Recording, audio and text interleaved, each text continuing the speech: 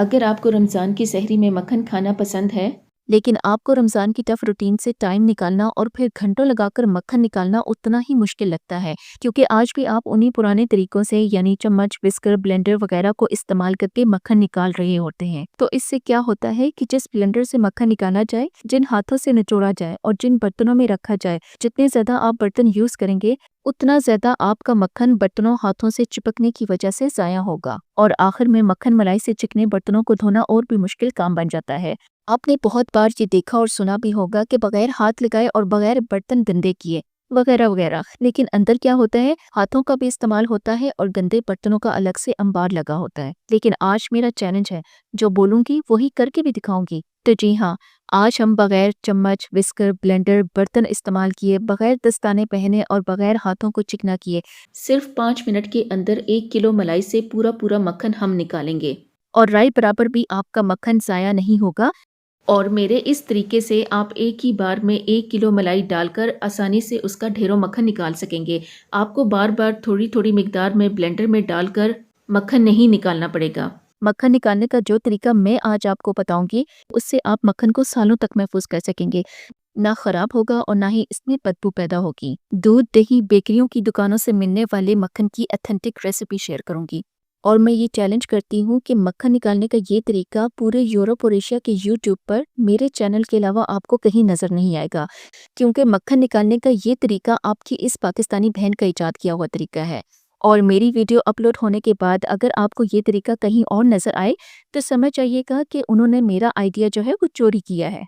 अरे मुझे चक्कर आने लगा यार। अच्छा, यहाँ मेरे पास 1 किलो मलाई है जिसे मैं तकरीबन 2 हफ्ते से इकट्ठा करके फ्रीज कर रही थी, ताकि रमज़ान में सहरी वगैरह के लिए घर का बना हुआ मक्खन जो है वो निकाल सकूं। तो इसीलिए आज मैंने इस मलाई को फ्रीज़र से बाहर निकाल कर रख दिया था, ताकि इसकी जो भी बर्फ़ है वो मेल्ट हो जाए। अच्छा, अगर आप सर्दियों में मलाई से मक्खन निकाल रहे हैं ना, तो इसे मेल्ट होने में थोड़ा टाइम लगेगा, लेकिन गर्मियों में जो इसकी बर्फ़ होगी ना वो जल्दी ही मेल्ट हो जाएगी। अच्छा, यहाँ मैं आपको एक प्रो टिप देती हूँ जो बहुत ज़रूरी है, वो ये कि मलाई की बर्फ़ मेल्ट होने के बाद ये नरम होनी चाहिए, लेकिन मलाई जो है वो ठंडी ही रहनी चाहिए। मतलब जब आप इस मलाई को हाथ लगाए ना, वो ठंडी होनी चाहिए। हम इसे रूम टेम्परेचर पे नहीं लेकर आएंगे। मलाई नरम भी हो लेकिन ठंडी भी रहनी चाहिए, ये बहुत ज़रूरी है, वरना मक्खन जो है वो अच्छे से नहीं निकलेगा। तो अगर आप चाहते हैं कि मलाई में से पूरा पूरा मक्खन निकले और सही से मक्खन निकले, तो ये कुछ छोटी छोटी टिप्स हैं जिनको आप ज़रूर फॉलो करें। अभी आप देख सकते हैं कि मेरी मलाई जो है वो मेल्ट होने के बाद इतनी सॉफ्ट हो चुकी है, लेकिन अभी भी ठंडी है। तो अब हम क्या करेंगे कि एक शॉपर लेंगे। अगेन शॉपर आपने वो लेना है जिसकी दोनों साइड्स और नीचे के दोनों कॉर्नर सीधे हों, ताकि मक्खन, मलाई वगैरह जो है वो शॉपर के कॉर्नर्स के अंदर ना फंसे, क्योंकि फिर कॉर्नर से इसे निकालना मुश्किल हो जाता है। खैर, मैं क्या करूंगी कि अब इस मलाई को शॉपर के अंदर डाल दूंगी। तो बस अब वो चैलेंज स्टार्ट होता है जिसका जिक्र मैंने वीडियो के शुरू में किया था कि आपके हाथ, बर्तन कुछ भी इस्तेमाल नहीं होंगे और ना ही मक्खन से हाथ चिकने होंगे और ना ही मक्खन ज़ाया होगा। खैर, तो अब मैं इस मलाई वाले बर्तन के अंदर तकरीबन 1.5 कप पानी का डालूंगी, ताकि बर्तन के साथ चिपकी हुई मलाई जो है वो जाया ना हो। हम बर्तन के साथ जो मलाई लगी हुई है ना, उसे पानी में मिक्स करके शॉपर के अंदर वाली मलाई में शामिल कर देंगे और शॉपर को हवा के साथ टाइट बंद करके रबर बैंड लगा देंगे। तो अब हम क्या करेंगे कि शॉपर को इस तरह से ऊपर नीचे शेक करेंगे ताकि मलाई एक क्रीम की फॉर्म में आ जाए। बस हम तकरीबन 1 मिनट तक इसे शेक करेंगे, ताकि पानी मलाई में अच्छे से मिक्स हो जाए। जिसके बाद मलाई जो है वो क्रीम फॉर्म में आ जाएगी। तो अब मैं शॉपर खोलूंगी। अब आप देख सकते हैं मलाई जो है वो एक क्रीम फॉर्म में आ चुकी है। तो अब मैं क्या करूंगी कि इस मलाई के अंदर तकरीबन 4 कप पानी के शामिल करूंगी, क्योंकि अगर मक्खन निकालने के लिए आप मलाई के अंदर कम पानी डालेंगे ना, तो फिर मक्खन जो है वो नहीं निकलेगा। अच्छा, पानी जो मैंने अभी मलाई में शामिल किया ना, वो रूम टेम्परेचर पर था, ना पानी ठंडा हो ना गर्म हो। और शॉपर को हवा के साथ रबर बैंड लगाकर टाइट बंद कर देंगे। जितनी हवा आपको इस वक्त मेरे शॉपर के अंदर नजर आ रही है ना, आपके शॉपर में भी जो हवा होगी वो इससे ना ज्यादा होनी चाहिए ना इससे कम हो। बस शॉपर बंद करने के बाद हम मलाई को 2 से 3 मिनट तक शॉपर के अंदर शेक करेंगे। जब आप इसे शेक करते रहेंगे ना, तो आपको ये मलाई जो है वो दानेदार सी शॉपर के साथ और शॉपर के अंदर नजर आने लग जाएगी। अच्छा, अगर आप सर्दियों में मलाई से मक्खन निकाल रहे हैं ना, तो जो पानी आप इस्तेमाल करें वो रूम टेम्परेचर पर होना चाहिए। और अगर आप गर्मियों में मलाई से मक्खन निकाल रहे हैं, तो फिर आपने इस मलाई के अंदर ठंडा पानी डालना होगा, यानी पानी जो है वो ठंडा हो लेकिन इसमें बर्फ ना जमी हो। बस हम क्या करेंगे कि 2 से 3 मिनट मलाई को शॉपर के अंदर शेक करेंगे, जिसके बाद मलाई से पूरा मक्खन निकल आएगा और मक्खन निकलने के बाद पानी या दूध जो भी आप कह लें, इसका कलर जो है वो भी चेंज हो जाएगा। मक्खन जो है वो आपको दूध के ऊपर फ्लोट करता हुआ नज़र आने लगेगा।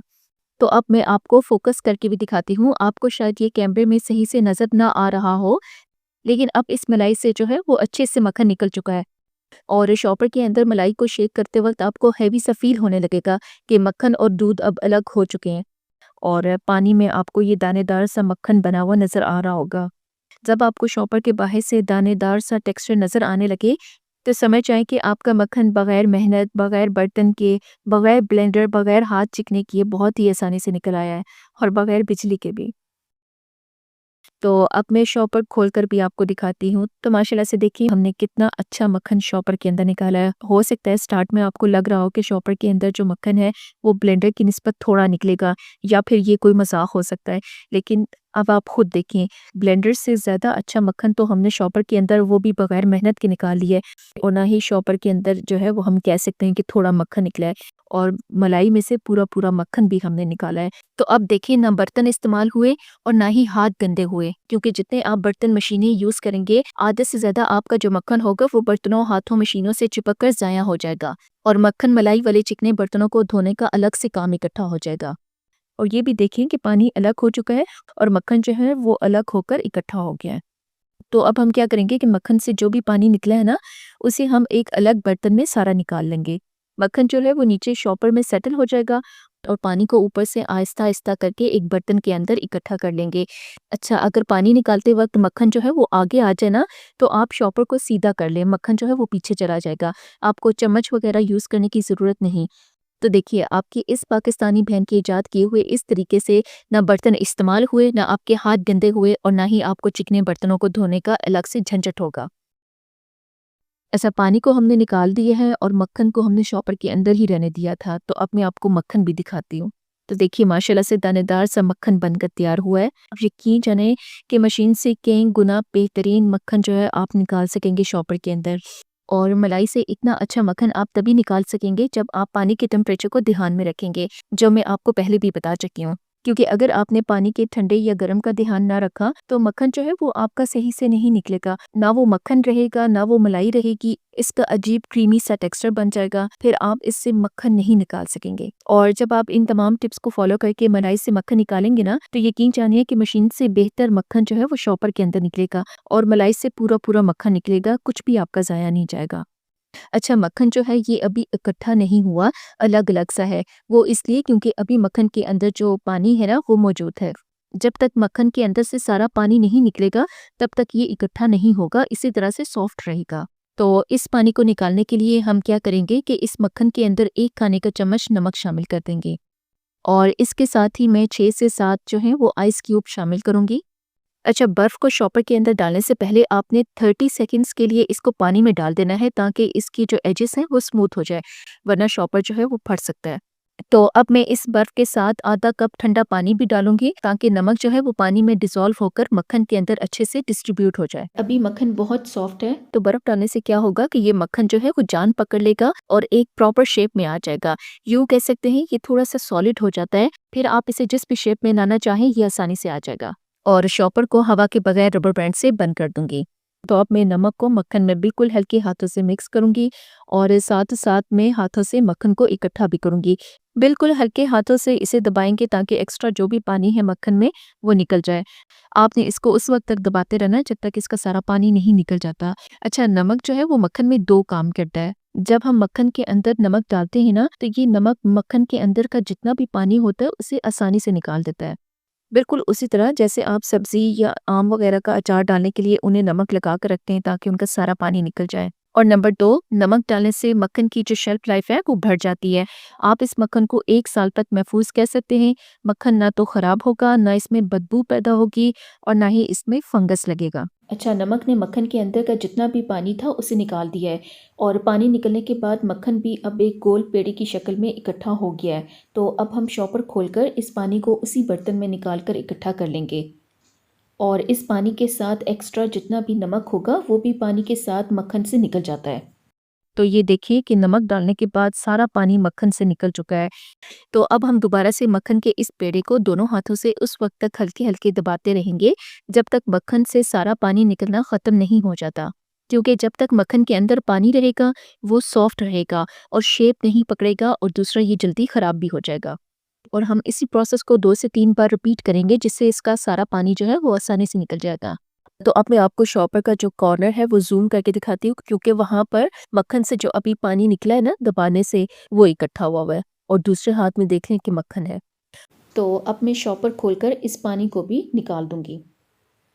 अच्छा, मक्खन के अंदर जितना भी पानी था ना वो मुकम्मल तौर पर निकल चुका है और मक्खन भी जो है वो गोल पेड़े की शक्ल में आ चुका है। तो इसलिए अब मैं शॉपर खोल दूंगी। देखिए माशाल्लाह से अब मैं क्या कहूँ कि मलाई से मक्खन की तरह हमने मक्खन निकाला है और वो भी एक शॉपर के अंदर मशीन से कई गुना बेहतर और पूरा मक्खन हमने शॉपर से निकाला है। और मेरा दावा है कि आज से पहले यूरोप और एशिया के यूट्यूब पर मक्खन को एक शॉपर की मदद से निकालते हुए आपने पहले कभी नहीं देखा होगा। ऐसे अनोखे तरीके और ऐसे अनोखे आइडियाज़ जो है वो आपको सिर्फ मेरे चैनल पर ही नज़र आएंगे। हाँ, लेकिन मेरी वीडियो अपलोड करने के बाद अगर आप इस तरीके को कहीं और देखें तो उन्होंने मेरे आइडिया को कॉपी किया होगा, वो असल नहीं होगा। तो अब मैं आपको इसे चम्मच की मदद से उठाकर भी दिखाती हूँ। मक्खन नीचे नहीं गिरेगा, ये अब सख्त हो चुका है, इसने जान पकड़ ली है और इसने प्रॉपर शेप ले ली है क्योंकि हमने मक्खन का सारा पानी जो है वो निकाल दिया था। अब ये मक्खन पूरा साल खराब नहीं होगा। तो अब हम क्या करेंगे कि इस मक्खन को हम शॉपर से बाहर नहीं निकालेंगे। मैं यहाँ एक खाली बॉक्स लूंगी। आपके पास घर में कोई सा भी खाली जार मौजूद हो आप उसे ले सकते हैं। तो अब मैं क्या करूंगी कि मक्खन को इसी शॉपर के अंदर बंद कर दूंगी और मक्खन वाले शॉपर को उठाकर इस खाली बॉक्स के अंदर रख दूंगी और मक्खन को ऊपर से हाथों से दबाकर सेट करूंगी ताकि मक्खन जो है वो बॉक्स की शेप ले ले। और मक्खन को इस बॉक्स के साथ उठाकर मैं फ्रिज के अंदर सेट होने के लिए रख दूंगी ताकि ये एक प्रॉपर बॉक्स की शेप में आ जाए।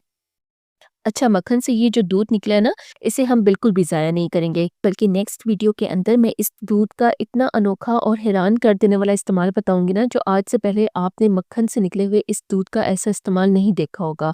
हम ना तो इसकी लस्सी बनाएंगे और ना ही हम इसका खोया बनाएंगे, लेकिन आपने इसके लिए वीडियो पूरी देखनी होगी। तो 10 मिनट के बाद मैं मक्खन को फ्रिज से निकाल दूंगी। तो अब मैं क्या करूंगी कि इस मक्खन को शॉपर से बाहर निकालूंगी। यहाँ मैंने एक बटर पेपर लिया है। अब मैं शॉपर से निकालकर मक्खन को इस बटर पेपर के अंदर इस तरह से रैप करूंगी। जो मक्खन आप लोग दूध दही वाली दुकान और बेकरियों से लेते ना, आज मैंने आपसे उसी मक्खन को बनाने की ऑथेंटिक रेसिपी शेयर की है, लेकिन मैंने अपने अनोखे इजाद किए हुए तरीके से मक्खन को शॉपर के अंदर निकाला है, जो दुनिया का तेज तरीन मक्खन निकालने का तरीका है। और ऐसे अनोखे तरीके आपको मेरे चैनल के अलावा कहीं और नहीं मिलेंगे। आपने कभी सोचा ना होगा कि सिर्फ 5 मिनट के अंदर हम एक शॉपर की मदद से 1 किलो मक्खन आसानी से निकाल सकते हैं। तो देखिए एकदम बेकरी वाला मक्खन जो है वो तैयार है। आप चाहें तो इसको बटर पेपर से कवर करके रखें, चाहे किसी जार में, ये आपकी चॉइस है। तो अब हम इस मक्खन की कटिंग करेंगे। तो माशाल्लाह से लाजवाब मक्खन बनकर तैयार हुआ है। अब आपको दूध, दही और बेकरियों से मक्खन खरीदने की ज़रूरत नहीं पड़ेगी। बेकरियों पर बिकने वाले मक्खन की एकदम ऑथेंटिक रेसिपी आपके साथ शेयर की है। घर का बना हुआ खालिस मक्खन है। मेरे इस तरीके से अगर आप मलाई से मक्खन निकालेंगे ना, तो आप बेकरियों से मक्खन देना भूल जाएंगे, जो सेहत के लिए अच्छा नहीं होता। और जब मैंने मक्खन बनाने के तरीके को इतना आसान कर दिया है, तो फिर आज के बाद आप बाजार या ब्रांड के मक्खन खरीदने के बजाय आप खुद घर में मिनटों में मक्खन बना लेंगे, वो भी बगैर मेहनत और थकावट के। तो आप इस मक्खन को एक बार बनाकर पूरा साल इंजॉय कर सकते हैं। आप इसे 1 साल के लिए फ्रिज में स्टोर करके रख सकते हैं और इसे इस्तेमाल कर सकते हैं। ये खराब नहीं होगा। इस रमज़ान में आप इस मज़ेदार मक्खन को जो है वो अपनी सहरी में एंजॉय करें। तो देखिए आपकी इस पाकिस्तानी बहन ने कितना आसान और कितना अनोखा तरीका ईजाद किया है कि मक्खन से ना तो आपके हाथ चिकने हुए ना बर्तन इस्तेमाल हुए। जो बोला था वो करके भी दिखाया है। ये नहीं कि थंबनेल पर लिखा था कि बर्तन बिल्कुल भी इस्तेमाल नहीं होंगे और अंदर वीडियो के बर्तनों के अंबार लगे हुए हैं, ऐसा बिल्कुल नहीं है। जो बोला था वही करके दिखाया है। बर्तन इस्तेमाल बिल्कुल भी नहीं किए, ना हाथ चिकने किए, कुछ भी आपका गंदा नहीं हुआ।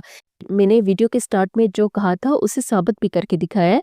अगर आपको मेरे ये अनोखे तरीके अच्छे लगे, तो मैंने इसी तरह के और भी मुनफरिद तरीके अपनी वीडियोस के अंदर शेयर किए हैं, तो उन्हें ज़रूर देखिए, आपकी मुश्किल ज़िंदगी को आसान बना देंगे। जो शॉपर है हम इसे नहीं फेंकेंगे, बल्कि इसके लिए आपको मेरी अगली वीडियो लाज़मी देखनी होगी और यकीन जानिए कि आपको वो वीडियो देखकर मज़ा आ जाएगा। खत्म।